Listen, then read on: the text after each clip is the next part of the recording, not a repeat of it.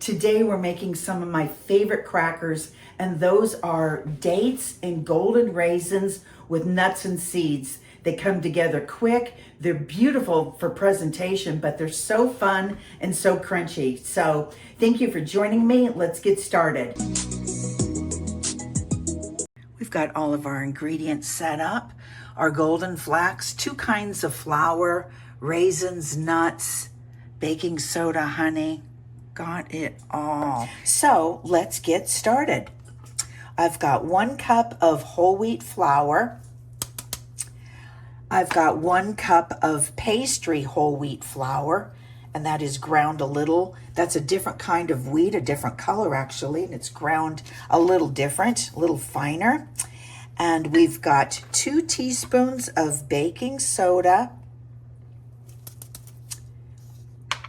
We've got a 1/2 teaspoon of salt, and I use sea salt. I always use sea salt. Wonder where I'm getting my iodine. I'm going to sprinkle in a little bit of cinnamon, and this is not necessary. If you don't want that, don't, but it just gives it a nice flavor already.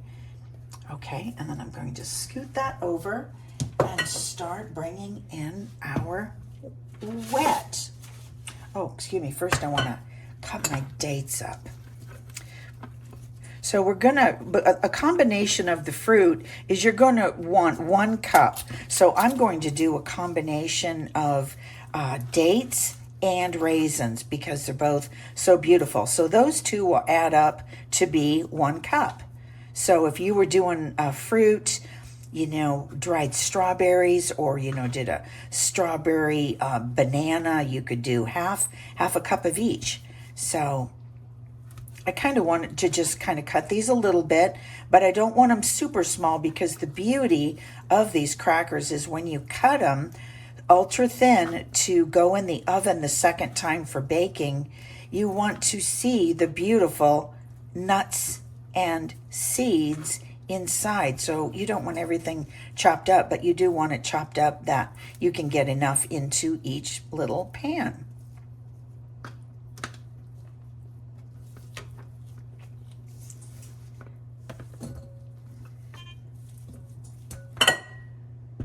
And I have a 1/2 cup of my raisins. I've got a 1/4 cup of pumpkin seeds, a 1/4 cup of sesame seeds, and those already came toasted. You can use them, of course, untoasted. Get them unsalted, though. A 1/4 cup of flax seeds. There's golden, there's red. I've got golden here. And a 1/4 cup of sesame seeds. I'm just going to stir those around.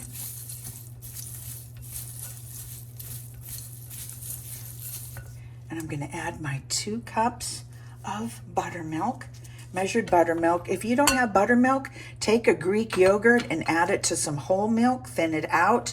It will work just as well. I've even used kefir. It all works.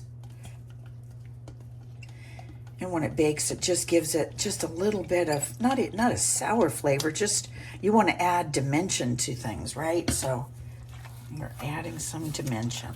So we've got our ingredients here. Now, depending on where you are at in the country, you may need to add a little bit more flour or a little bit more liquid. And don't be afraid of that. If you have to, you have to. Oh, and I have to add a little bit more liquid. I'm going to put in just a drop of my vanilla. And you can put in honey, or you can put in maple syrup. So we're putting in 1/4 cup of our maple syrup. You could also use date syrup if you had it. I haven't used agave. I don't know how that would turn out here. This smells beautiful. Very warm. I'm going to put the dry in with the wet.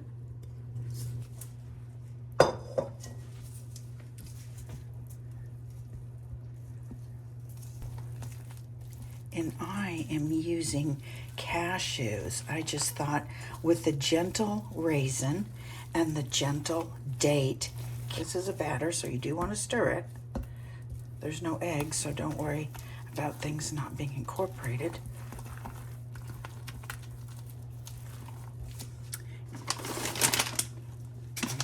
Put 1 cup of our nuts in. And you want untoasted. Oops.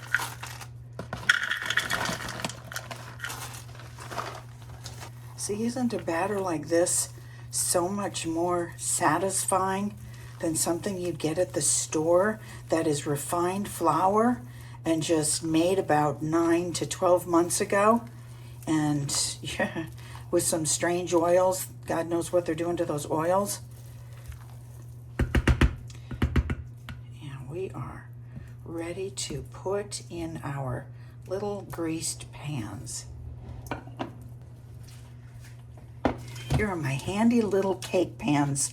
I sprayed those with some Pam.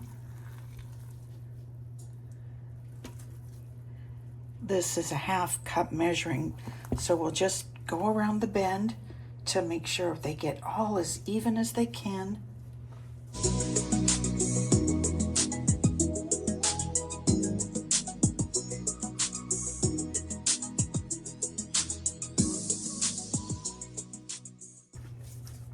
I'm going to just put a drop of cinnamon.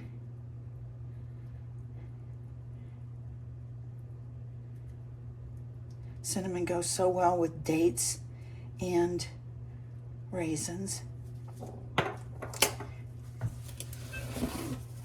And so these are going in the oven, and then we will check back.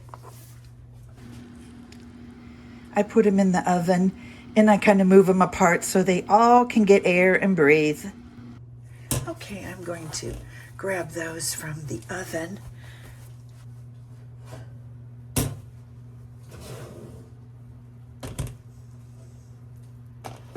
And they usually take 30 minutes, but we're going to do the toothpick test, which is what you do with baked goods, usually that have eggs, but because you want to make sure you got the center done.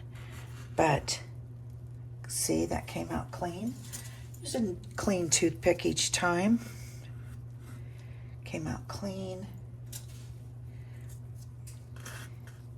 And sometimes when you do 4, one can actually come out, one can be still not done. So happily enough, these are all done. And we're going to flip them upside down. And then they rest for 2 hours. And then they go in the freezer. And these can be, after we let these cool down completely, which will take at least 2 hours. They are dense. We want that core to get nice and cool. Then they go in the freezer, and then we cut them with a serrated knife. But you can also, just do 1 at a time. Do 2 at a time. Keep 2 in the freezer when you need them for a party later on. And we're going to slice them 1/8 of an inch thick so you can see how many we're going to get out of here. And they are going to be delicious with a dip or a spread. I mean, just absolutely beautiful, like a yogurt or a cheese platter. So gorgeous. Okay, I'll let these cool down and we'll see you soon. So my date and raisin crackers have cooled off, and I've just covered them or put them in a little Ziploc. You can wrap them individually in saran wrap, but I'm going to put in the freezer, and we're going to come back, slice them thin, and bake them. Okay, our date and seeded raisin crackers have been in the freezer for 2 hours. Now we're going to cut them as thin as we can and put them on a baking sheet. Then they will go in the oven at 300 on each side for 10 to 15 minutes, depending on how thin you can get them. And then we will have our beautiful crackers. Okay.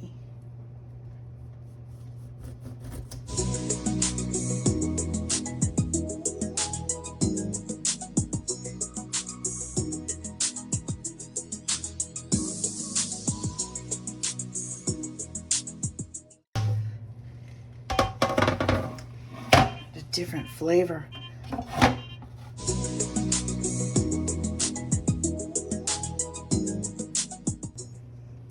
And so we'll test them because the thicker ones, this couple with that are thicker, they will take a little bit more time to cook. So in the oven at 300 for 10 to 15 minutes, and then we will check them because we're going to flip them over, that's for sure. And these will go in there as well. I'll just keep my eye on them. And there they are in the oven, getting roasty toasty. I set that one right on top of my pizza pan.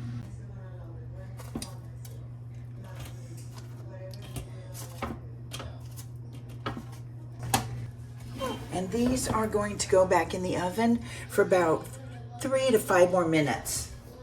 So I finished these date crackers. You guys, I'm just doing them with honey and Greek yogurt, my date and raisin cracker. Could do this with any cracker.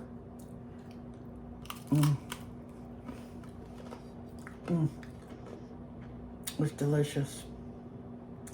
Thank you for watching. Please like and subscribe.